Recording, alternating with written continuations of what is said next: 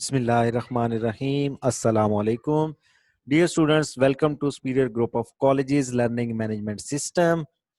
मैं हाफिज फरूक शहजाद। आज हम FSc part 2 physics chapter number 12 electrostatics का लेक्चर नंबर 11 पढ़ने जा रहे हैं। आज के लेक्चर में हम न्यूमेरिकल प्रॉब्लम्स डिस्कस करेंगे 12.1 टू 12.7। सो 12.1 से स्टार्ट करते हैं। Compare magnitude of electric and gravitational force exerted on an object mass 10.0 gram charge 20.0 microcoulomb by an identical object that is placed 10.0 centimeter from the first. So value of g constant is given. Solution देखते हैं हम इसका। हमने compare करना है magnitude of electric and gravitational force को। तो हमारे पास जो इलेक्ट्रिक फोर्स और ग्रेविटेशनल फोर्स होती है, जो ग्रेविटेशनल फोर्स है that is equal to G m1 m2 over r square, और जो इलेक्ट्रिक फोर्स होती है F is equal to k q1 q2 over r square. अब हमें कंपेयर करना है तो हम दोनों को इक्वल कर लेंगे, दोनों के रेशियो फाइंड आउट कर लेंगे, F E over F G कर लेंगे। तो यहाँ हमारे पास के Q1 Q2 आ जाएगा, जी M1 M2 आ जाएगा, आर स्क्वायर से क्या हो जाएगा, कैंसल आउट हो जाएगा। अब चूंकि जो चार्ज है वो आइडेंटिकल हो गया और मैस भी आइडेंटिकल है, सिंपल मैस है, क्योंकि यहाँ पर हमें गिवन है आइडेंटिकल ऑब्जेक्ट। अगर आइडेंटिकल है तो दोनों चार्जेस भी सेम होंगे और दोनों के मैसेज भी सेम होंगे, तो हम इसको सिंपली लिख सकते हैं के क्यू स्क्वायर और जी एम स्क्वायर। इसमें वैल्यूज हम पुट कर देते हैं। के की वैल्यू कांस्टेंट है जो कि हमें पता है 9 मल्टीप्लाई 10⁻9 होती है। चार्ज जो है उसकी वैल्यू हमें गिवन है दैट इज 20 माइक्रोकूलम, वो आपने पुट कर दी, और जी की वैल्यू कांस्टेंट हमें गिवन है, और जो यहाँ पर हमारे पास मैस है दैट इज गिवन 10 ग्राम, तो हम उसको किलोग्राम में कन्वर्ट कर लेंगे 0.01 स्क्वायर। तो अब हम इसको क्या कर रहे हैं, सिंप्लीफाई कर लेंगे, तो हमारे पास 360 ओवर 6.67 मल्टीप्लाई 10⁻13 आ जाएगा। जब हम इसको मजीद सिंप्लीफाई करेंगे तो हमारे पास 5.4 मल्टीप्लाई 10⁻14 आंसर आ जाएगा। इसके कोई यूनिट्स और नहीं होंगे, चूंकि ये दोनों फोर्सेस हैं और फोर्सेस की रेशियो है, सेम क्वांटिटीज की अगर रेशियो ले जाए तो उसका कोई यूनिट नहीं होता। क्वेश्चन नंबर 12.2 है, calculate the net electrostatic force on Q as shown in figure. Net electrostatic force हमने इस क्यू की वजह से फाइंड आउट करनी है इस पॉइंट पर। तो सबसे पहले हम क्या करते हैं, हमें यहाँ से इसके फोर्स के कंपोनेंट बनाना पड़ेंगे। जो यहाँ पर कंपोनेंट है उसको हम ड्राइव करेंगे, थीटा चाहिए और डायरेक्शन चाहिए। तो सबसे पहले हम थीटा से स्टार्ट करते हैं।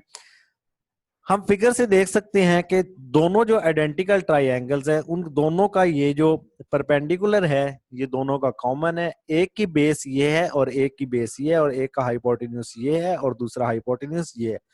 परपेंडिकुलर दोनों का सेम है, तो tan थीटा क्या होता है, परपेंडिकुलर ओवर बेस होता है। तो हम tan थीटा यहां से निकाल लेंगे, परपेंडिकुलर है 0.8 और बेस है 0.6, तो हम इन दोनों को डिवाइड करेंगे 4/3 आ जाएगा। tan theta will be equal to 53 degree. अब थीटा आ गया। फोर्स की डायरेक्शन फाइंड आउट करने के लिए हमें फोर्सेस की मैग्नीट्यूड भी चाहिए। सो हम पहले फाइंड आउट करते हैं कि इस पॉइंट के ऊपर जो चार्ज Q1 की वजह से फोर्स है हम वो इसके ऊपर फाइंड आउट करेंगे।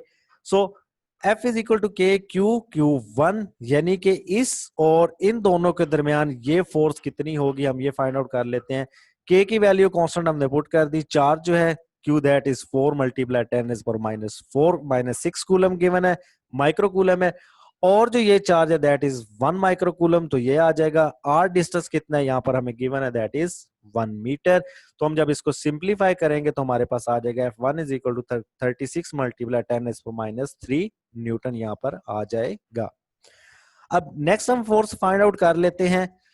इस चार्ज Q के ऊपर इस चार्ज Q2 की वजह से जो फोर्स है, ये जो हमने कैलकुलेट की है फोर्स 1 है, चार्ज Q1 की वजह से इसके ऊपर।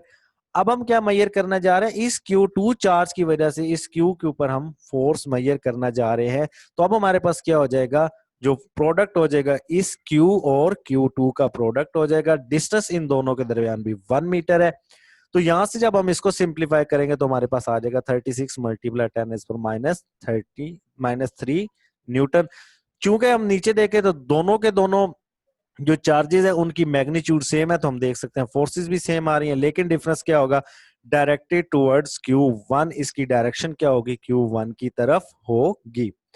अब हम इसके कंपोनेंट्स ड्रॉ करते हैं फोर्स के इस पॉइंट के ऊपर, तो इस पॉइंट के ऊपर जब हम कंपोनेंट्स ड्रॉ करेंगे तो इस वेक्टर को जब हमने एक्सटेंड किया तो हमारे पास ये वाला वेक्टर बन गया। और अगर हम इस वेक्टर का ये हॉरिजॉन्टल कंपोनेंट और वर्टिकल कंपोनेंट ड्रॉ करें तो वो इस तरह से बन जाएंगे। एक्चुअल हमने इस कंपोनेंट को क्या किया है, ड्रॉ किया। चूंकि दोनों इक्वल हैं तो हम एक कंपोनेंट को रिजॉल्व कर लेंगे। अब यहाँ डायग्राम से हम देख सकते हैं कि जो इस ट्राइंगल के दोनों वर्टिकल कंपोनेंट है उनकी डायरेक्शन ऑपोजिट है और मैग्नीट्यूड सेम है, लेकिन जो हॉरिजॉन्टल कंपोनेंट है उनकी मैग्नीट्यूड भी सेम है और डायरेक्शन भी सेम है। सो वर्टिकल कंपोनेंट एक दूसरे को कैंसल आउट कर देंगे और हॉरिजॉन्टल कंपोनेंट्स ऐड हो जाएंगे। लेट्स सी कि कैसे होगा। If the resultant force is F is equal to Fxi plus Fy तो हमारे पास जो फोर्स के फन के और टू के दोनों के कंपोनेंट आ जाएंगे, हम कंपोनेंट फॉर्म में लिख लेंगे। फर्स्ट हम एक्स कंपोनेंट को सॉल्व करते हैं तो वो क्या हो जाएगा, Fx is equal to F1x plus F2x। तो F1x कितना है, F1 cos थीटा हो जाएगा और जो दूसरा हो जाएगा F2 cos थीटा हो जाएगा। तो हमारे पास F1 जो है फोर्स हमने अभी मेजर की, that is 36 multiply 10⁻³ cos theta, theta हमने अभी मेजर किया 53 डिग्री आ जाएगा। तो हमारे पास जो Fx की वैल्यू आ जाएगी वो आ जाएगी 43.3 मल्टीप्लाई 10⁻³ अब चूंकि जो वर्टिकल कंपोनेंट्स है वो दोनों इक्वल और ऑपोजिट है तो वो दोनों एक दूसरे को कैंसिल आउट कर देंगे और जीरो हो जाएंगे। सो वर्टिकल कंपोनेंट्स हम कैलकुलेट नहीं करेंगे बल्कि वो जीरो हो जाएंगे, हमें डायग्राम से नजर आ रहा है। सो जो फोर्स है वो किसके इक्वल है, मैग्नीट्यूड उसका किसके इक्वल आ जाएगा, Fx² प्लस Fy²। Fx की वैल्यू हमने फाइंड आउट कर लिया, Fy जीरो हो जाएगा। तो यहां से हम इसका मैग्नीट्यूड जब ले लेंगे तो फोर्स का जो मैग्नीट्यूड आ जाए वो किसके इक्वल आ जाएगा, 43.3 मल्टीप्लाई 10⁻³ न्यूटन आ जाएगा। ये फोर्स का मैग्नीट्यूड आ गया। जो डायरेक्शन है उसके लिए हम क्या करते हैं, theta is equal to tan inverse y/x। चूंकि y कंपोनेंट फोर्स का जीरो है, x कंपोनेंट हमने लिखा तो tan जीरो जीरो होता है। सो जो F टोटल फोर्स आ जाएगी वो किसके इक्वल आ जाएगा, 0.043 न्यूटन इन दी x डायरेक्शन। तो हमें यहां से भी नजर आ रहा है कि जो फोर्स होगी वो x डायरेक्शन में इसके ऊपर एक्ट होगी। वर्टिकल कंपोनेंट इसके क्या हो जाएंगे, जीरो हो जाएंगे। वर्टिकल कंपोनेंट इसके क्या हो गए, जीरो हो गए। तो हॉरिजॉन्टल कंपोनेंट में इसकी फोर्स आ जाएगी। क्वेश्चन नंबर 12.3 देखते हैं। A point charge Q is equal to -8.0 multiplied 10⁻⁸ coulomb is placed at the origin. Calculate the electric field at a point 2 from the origin on the z axis. अब z axis पे हमें find out करनी है। तो हमारे पास E जो formula होता है E is equal to k/r², k यानी कि z डायरेक्शन में है। अब k की वैल्यू कांस्टेंट है, q चार्ज की वैल्यू हमें दे दी गई है और r डिस्टेंस भी हमें प्रोवाइड कर दिया गया है। तो जब हम इसकी वैल्यू पुट करेंगे तो हमारे पास सिंपल आंसर आ जाएगा -180 in the direction of z newton per coulomb, that is are the units of electric field. So negative sign indicate that the field is directed inward, क्योंकि हम जानते हैं नेगेटिव चार्ज की वजह से फील्ड किधर होती है, इनवर्ड होती है। क्वेश्चन नंबर 12.4 है, determine the electric field at a point r 4i plus 3j meter caused by a point charge q 5.0 multiply 10⁻⁶ coulomb placed at the origin। r हमें गिवन है और q गिवन है, हमें electric field determine करनी है। Electric field हम जानते हैं, अभी हमने पढ़ा is equal to k q और r स्क्वायर होता है। r अब यहाँ पर यूनिट वेक्टर है, यूनिट वेक्टर की डेफिनेशन हम जानते हैं, वेक्टर ओवर वेक्टर्स मैग्नीट्यूड। अब k की वैल्यू जो है वो कांस्टेंट है, q चार्ज की वैल्यू हमें गिवन है 5 माइक्रोकूलम है, r हमें अननोन है जो कि हमें चाहिए, लेकिन r वेक्टर गिवन है तो वेक्टर से हम मैग्नीट्यूड निकाल सकते हैं। r को हम मैग्नीट्यूड ले लेंगे उसके r x कंपोनेंट और y कंपोनेंट की, और हमारे पास r की वैल्यू क्या आ जाएगी, 5 आ जाएगी। r की वैल्यू को हम पुट करेंगे तो हमारे पास कुछ ये रिलेशन बन जाएगा। यहां से हम इसको सिंप्लीफाई करेंगे तो हमारे पास 9 multiply 10⁻³ divided by 25 4i plus 3j आ जाएगा। जब हम इसको सिंप्लीफाई करेंगे तो हमारे पास 1440i plus 8010j Newton per coulomb electric field आ जाएगी।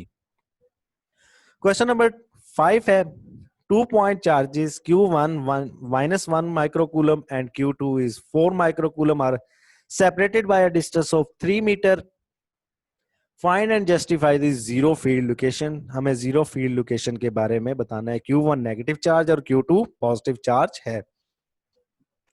सॉल्यूशन के लिए हम इसके अंडरस्टैंडिंग के लिए सबसे पहले डायग्राम ड्रॉ कर लेते हैं कि यहां पर Q1 पड़ा है, ये Q2 है और ये 3 मीटर डिस्टेंस है। फॉर एग्जांपल ये पॉइंट है, हम कंसीडर कर लेते हैं x डिस्टेंस है, C point that is zero field location. तो हम इलेक्ट्रिक फील्ड पहले कैलकुलेट कर लेंगे। जीरो को हमने कंसीडर किया, इलेक्ट्रिक इंटेंसिटी वहां पर जीरो है। तो electric intensity at C due to Q1, पहले Q1 की वजह से हम इलेक्ट्रिक फील्ड वहां पर कैलकुलेट करेंगे। E is equal to K Q1 over R। R square की जगह हमने आर की जगह क्या पुट कर दिया, एक्स, क्योंकि अब डिस्टेंस क्या है हमारे पास, एक्स है। तो इलेक्ट्रिक फील्ड इंटेंसिटी एट सी, इस पॉइंट के ऊपर सी के ऊपर इलेक्ट्रिक फील्ड इंटेंसिटी Q2 की वजह से क्या हो जाएगी, अब आर हमारे पास क्या हो जाएगा, एक्स प्लस 3 हो जाएगा। तो वो हमारे पास क्या हो जाएगा, K Q2 over x plus 3 whole square हो जाएगा। जीरो फील्ड लोकेशन के लिए कंडीशन क्या है, E1 plus E2 is equal to 0। यहां हम लिख सकते हैं E1 is equal to minus E2। E1 और E2 दोनों की हमने वैल्यूज अभी निकाल ली, हम इन दोनों की वैल्यूज को पुट कर देंगे। तो यहां से हम देख सकते हैं के से कैंसिल आउट हो जाएगा, Q1 Q2 ओवर हमारे पास X square over x plus 3 square बच जाएगा। हम इसकी वैल्यूज को पुट करके जब सिंप्लीफाई करेंगे, जब स्क्वायर रूट ले लेंगे, तो हमारे पास 1 over x square 4 over x plus 3 आ जाएगा। ये माइनस साइन इस माइनस साइन से कैंसिल आउट हो जाएगा। अब स्क्वायर रूट लेंगे तो हमारे पास हो जाएगा 1 over x is equal to 2 over x plus 3। Cross multiplication करेंगे तो हमारे पास हो जाएगा x plus 3 is equal to 2x। यहां से हमें x की वैल्यू फाइंड आउट करना है, तो x is equal to 3 metre हो जाएगा फ्रॉम Q1। सो Q1 से 3 मीटर दूर जो होगी जीरो फील्ड लोकेशन एग्जिस्ट करेगी। क्वेश्चन नंबर 6 है, find the electric field strength required to hold suspended a particle of mass 1 micro kilogram and charge 1 microcoulomb between the two plates 100 centimetre apart. अब यहां पर हम solution की तरफ जाते हैं। इलेक्ट्रिक फील्ड स्ट्रेंथ हमें फाइंड आउट करनी है, तो वो होती है E is equal to F over Q.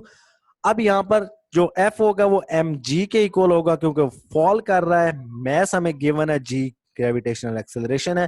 तो हम वैल्यूज पुट कर देंगे। m हमें मैस जो गिवन है दैट इज 1 माइक्रो किलोग्राम है, और जो g की वैल्यू 9.8 हो जाएगी, और q जो है दैट इज 1 माइक्रो कूलम।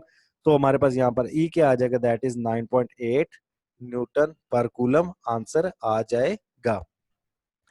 सो हम इसको वोल्ट पर मीटर में भी कन्वर्ट कर सकते हैं, क्योंकि हमने प्रूफ किया था Newton per coulomb is equal two volt पर मीटर।